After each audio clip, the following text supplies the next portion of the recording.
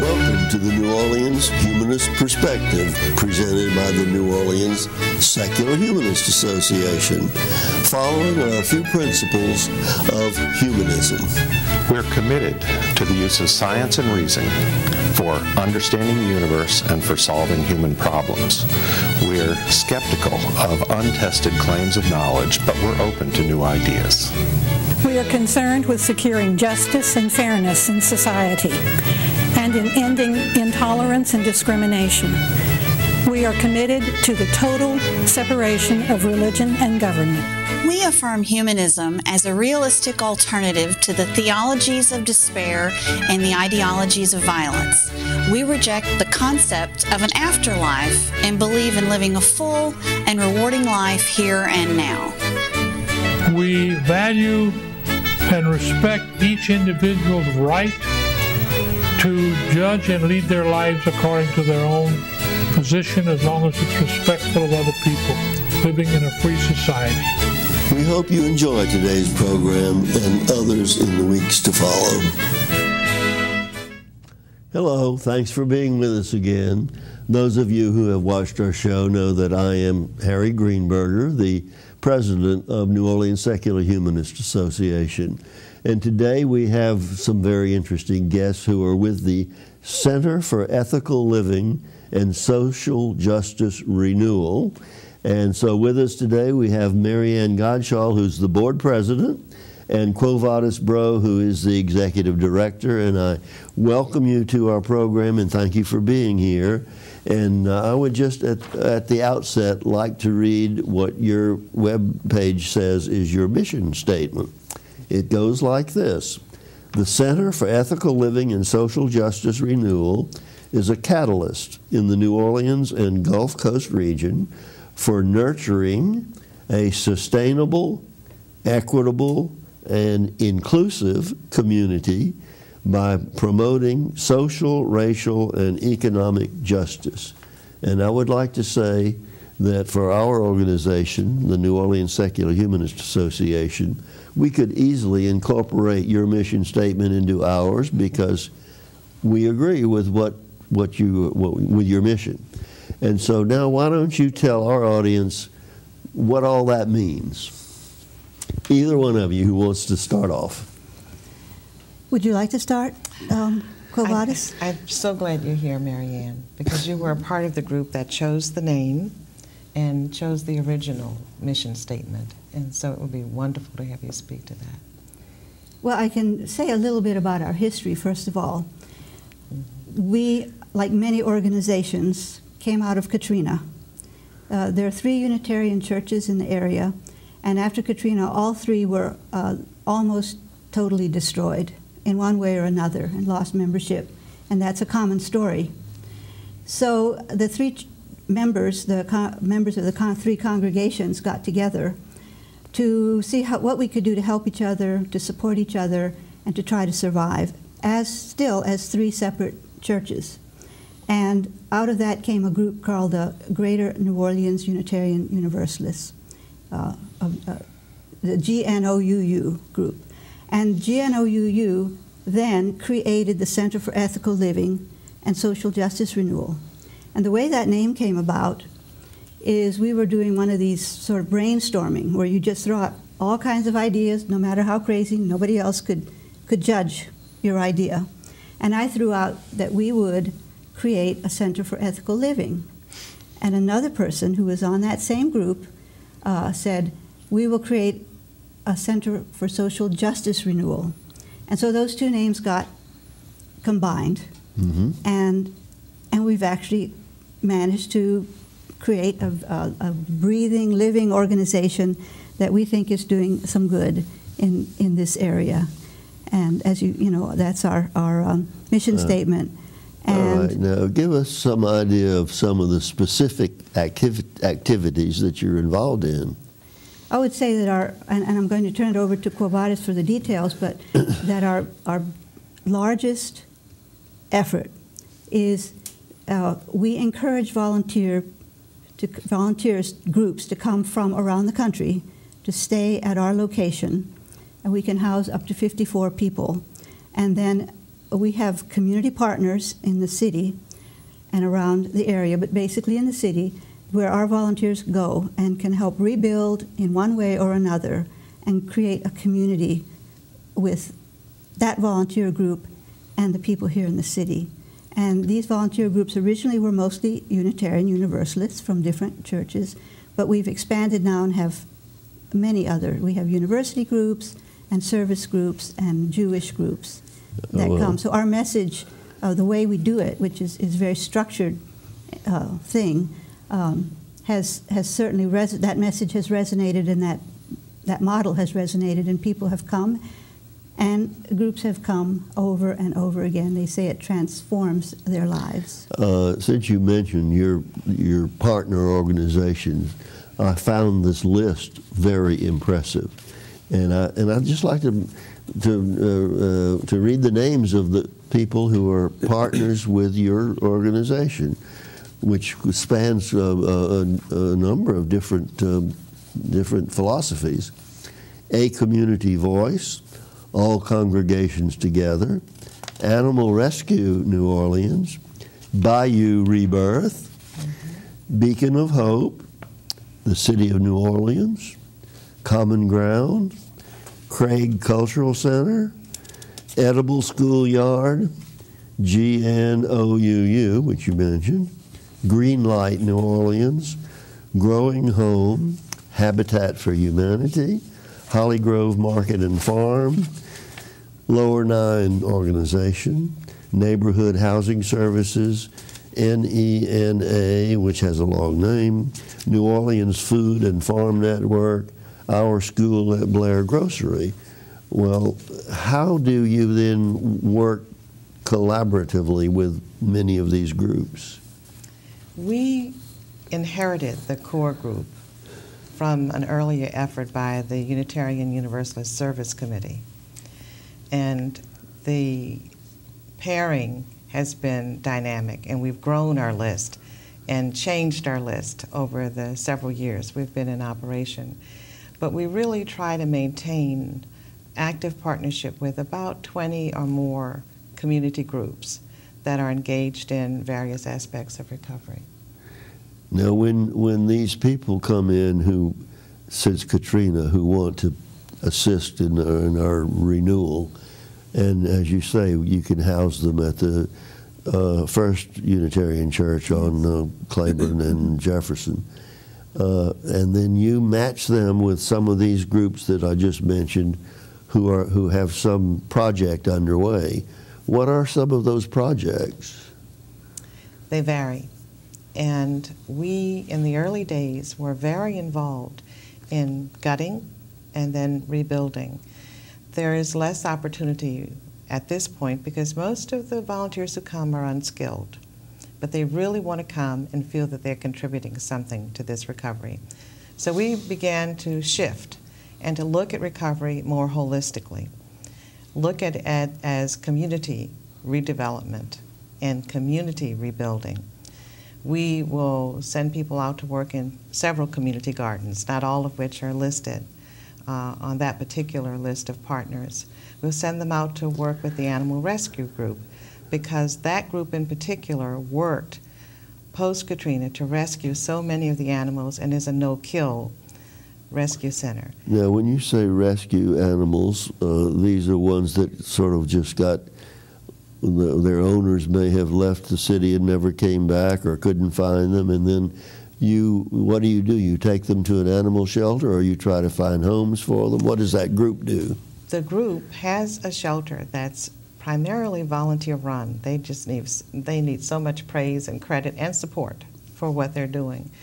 And our volunteers go and they do everything from clean the kennels to walk the dogs. And we find it's a perfect thing for young youth groups to come and do because usually they're too young to be on a construction site, but they really want to come and make a contribution. Mm-hmm. So we'll send them out to a garden, we'll send them out to clear a lot, sometimes down in the lower Ninth Ward.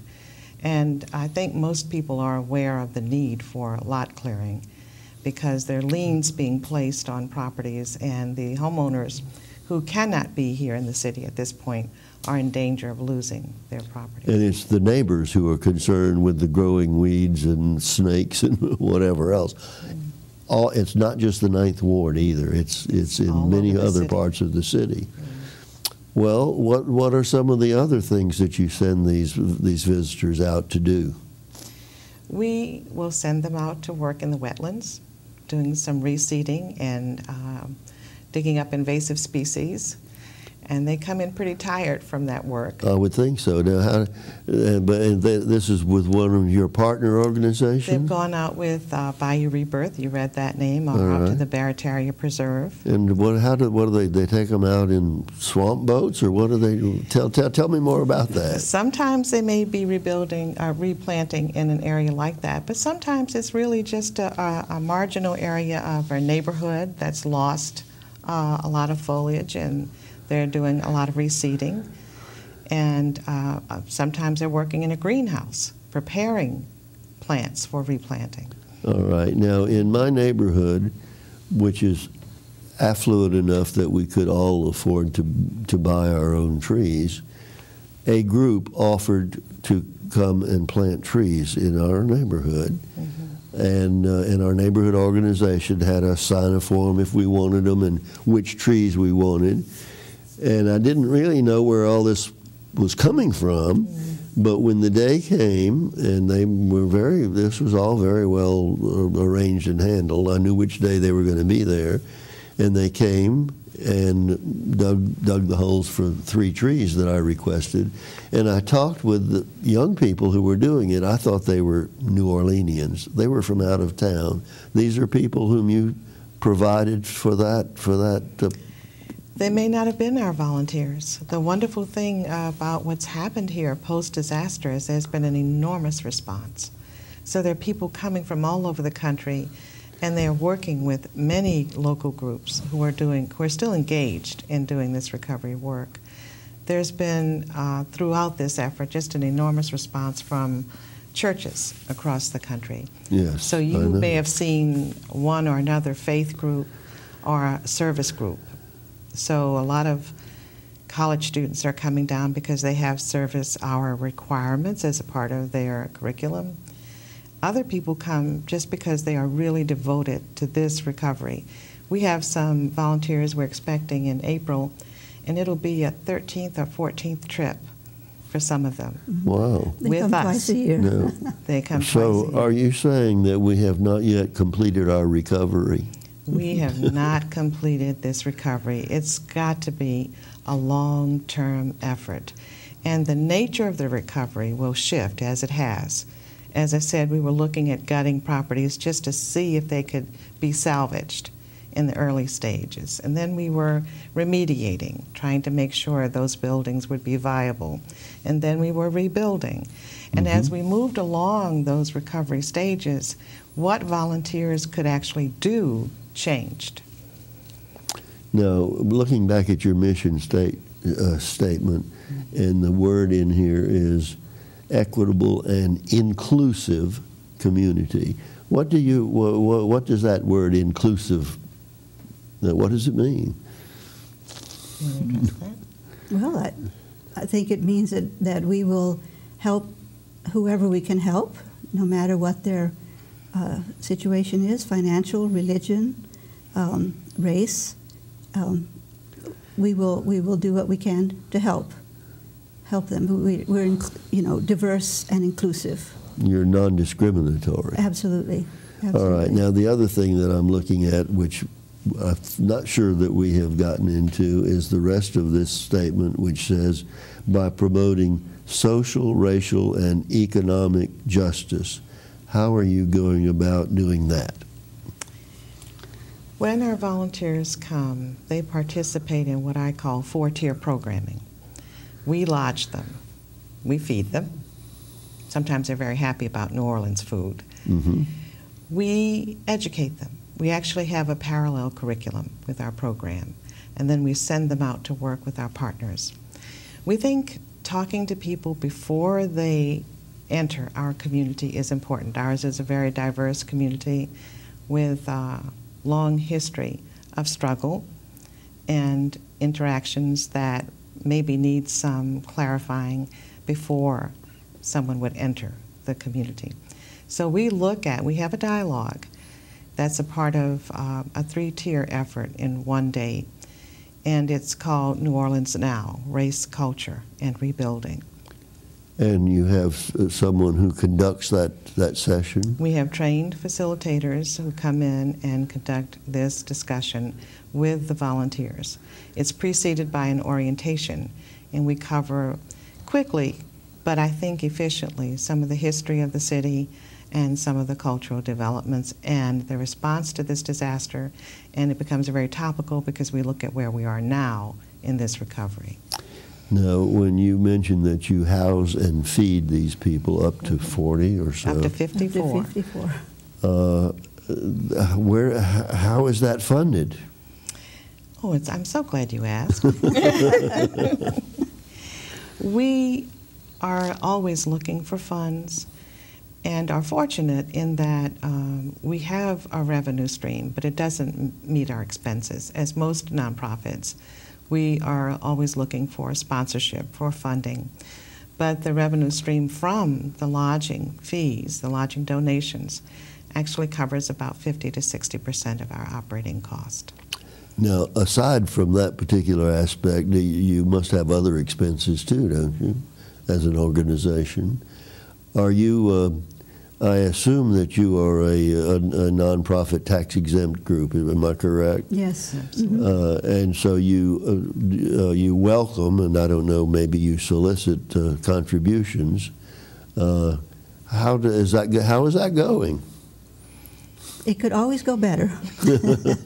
We have on our website a place where you can donate if you wish, and we do solicit donations from volunteers and friends around the country.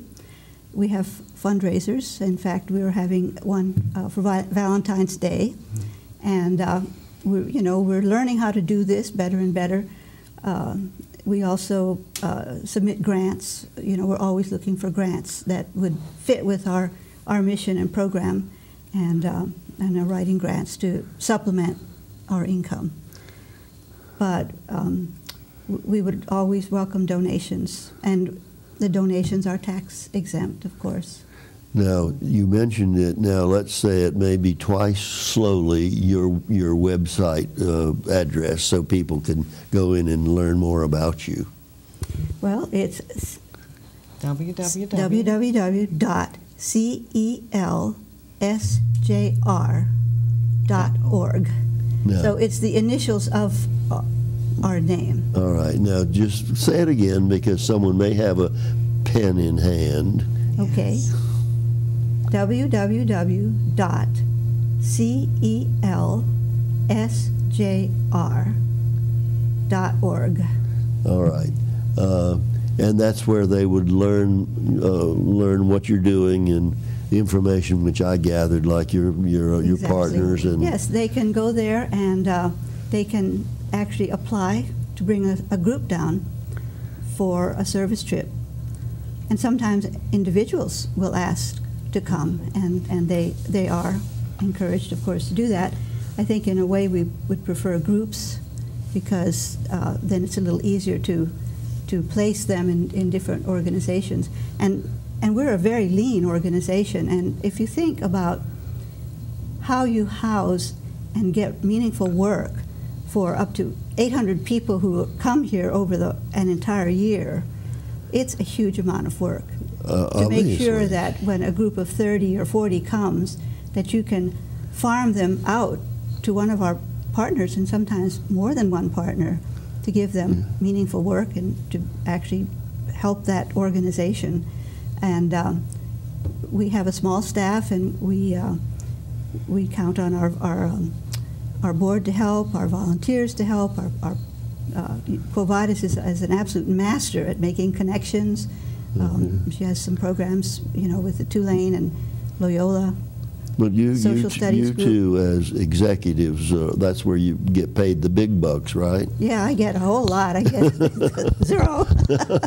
Well, I keep telling my organization that I want my salary doubled, and they're perfectly willing to do that, you know. 2 times nothing is still nothing. Now, these people coming down here are not all just like college students. You get all kinds of age groups and different backgrounds. And from what I have read over the years in the newspaper or on TV, some of these people who came down just to help out decided they wanted to stay. Have you had that experience? Yes, we have. Yes. We have. There are volunteers who, like those who are coming in April, have come again and again. Some would come as many as 4, 5, 6 times a year, staying for extended periods, and sort of just slid into becoming residents. They would find a little house somewhere and buy it and start renovating it, continue kind of going back and forth, but really looking toward being a full-time New Orleanian. It happens a lot. Are you able in any way to classify the people who are interested in staying here? Are they all sorts of people, or professionals, or can you say something about them? I think it's a cross-section, and the ones that we get to stay in contact with are generally UUs, because then we'll see them again attending one of the churches or becoming a member of one of the churches. But there are also young people who come maybe through universities and decide they really want to be a part of what they see happening here. And they'll come back as an AmeriCorps volunteer or as a volunteer with another agency. We were fortunate. We've had, up until this year, 2 AmeriCorps volunteers as a part of our core crew working every year. Remind me about AmeriCorps. Exactly what do they do? I've heard it referred to as the Domestic Peace Corps, but these are wonderful young people who agreed to give up 11 months, and they're paid a nominal stipend, a nominal living stipend. They get an educational reward or award at the end of their 11 months of service. I see. And they go into agencies and work hard to further the mission. And you find that some of those decide to make New Orleans their home. Some of them decide to stay. Quite a few have, actually. Yeah. That's now, probably isn't there the largest. also a program to bring in outside teachers in isn't there some kind of a program for that? What is that? Teach for America. Teach America. Teach for America. Okay. We're not really involved with that. No. But the arm that's here would be Teach NOLA. So, and they are arriving, I think, in droves. Well, and as I understand, some of them are staying. Mm-hmm. Yes. Well, all right. We still have a few minutes left, and why don't? I'm sure I did not cover a lot of what you do, so why don't you just tell us more about what kind of activities you're presently engaged in? We are really trying to turn an important corner related to our mission and our continued work in the social justice arena, and are beginning a partnership with the Unitarian Universalist Service Committee, for example. Toward that end, they have a College of Social Justice. Okay, now what is social justice? Good question. We can talk about that. I don't know. All right. No, well, you know, we know what justice is. Yeah, we talk about things that are fair and just. All right. I guess social, that includes the people. You know, we want everyone to have a voice in the society that they live in, and to be able to know that they could make a difference. All right, and so we're really talking about. They don't have a voice, do they? We're talking about anti-discrimination. Right, and we do emphasize anti-racism very much. And then part of our curriculum, which you can read a little bit about it on our website, does emphasize racism in New Orleans and what that means. Now, where there are injustices which might be also illegal behavior, Do you all do anything legally? Do you have attorneys who No. No. you don't do that?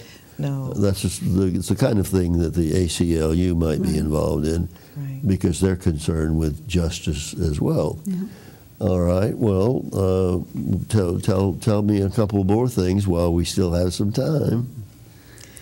We are really hoping to increase our numbers in the coming months. What we find is volunteering is sort of seasonal. We get a bumper crop of volunteers in the months of March and April, Coming up soon. Right. spring break months. Okay. And of course, people are doing alternative breaks through their schools, and they come down in droves. It's wonderful. And they just spread out across the city, working their heart outs to make things happen. But then we look up in a month like October here in New Orleans, which is beautiful weather-wise, Yes. and we don't have any volunteers. So we're really trying to spread the word about how wonderful it is to be here. I know what it is, though. When September, October, November, December roll around, people have used their discretionary time taking summer vacations. School starts, so people who are parents have to worry about getting their children to school. Yeah. But we're just trying to spread the word that we're open and available, and would love to have people come and enjoy the city when it's at its weather's best. So, Well, I have to admit that I didn't know about your organization until you made a presentation. I think it was at the Gillespie Breakfast. Is that where that yes, was? that's very nice. So I don't know whether the general public yet, knows that you're here and what you're doing. That's a hard thing. Public relations is difficult, and advertising is very expensive. Yes. So what are some of the ways that you're trying to get the word out and solicit for volunteers? We network with other volunteer groups and umbrella agencies. So we also list with our partners. For example, we house some people who come to work through Habitat, and some people who come to work with Rebuilding Together. So the word's out, and our partners are beginning to list us as an alternative, and word's gotten around about who we are and what we're doing. We will get calls asking for our curriculum when people are not actually planning to stay or work with us because they've heard about the curriculum and they'd like it for their volunteer group. So the word is spreading, but I've learned, and I'd heard this long before now, that it takes people about 5 years to figure out you're there and what you're doing. So we should be We're getting there. Okay. Well, now listen. Have you gotten any sort of national attention, because your people come in from all over the country? Has anyone recognized your organization, on a national basis? Only through UU channels. We get a lot of UUs from across the country, so when they come in, they will do shows that they run in their areas. Our time has run out. I thank you both for being here with us. I thank you folks who are watching our show. Be with us again next week.